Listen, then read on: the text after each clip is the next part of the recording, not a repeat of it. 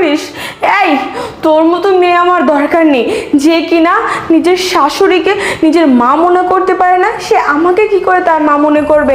আরে হয়তো বা আমি তোকে 10 মাস 10 দিন গর্ভে ধরেছি, তোকে আমি 18 বছর পর্যন্ত লালন পালন করেছি, কিন্তু দেখ আমি তোকে 18 বছর লালন পালন করেছি, আর তোর এই শাশুড়ি মা তোকে সারা জীবন দেখবে, মৃত্যুর আগ পর্যন্ত। আর তুই এই মানুষটার সাথে খারাপ ব্যবহার করতেছিস।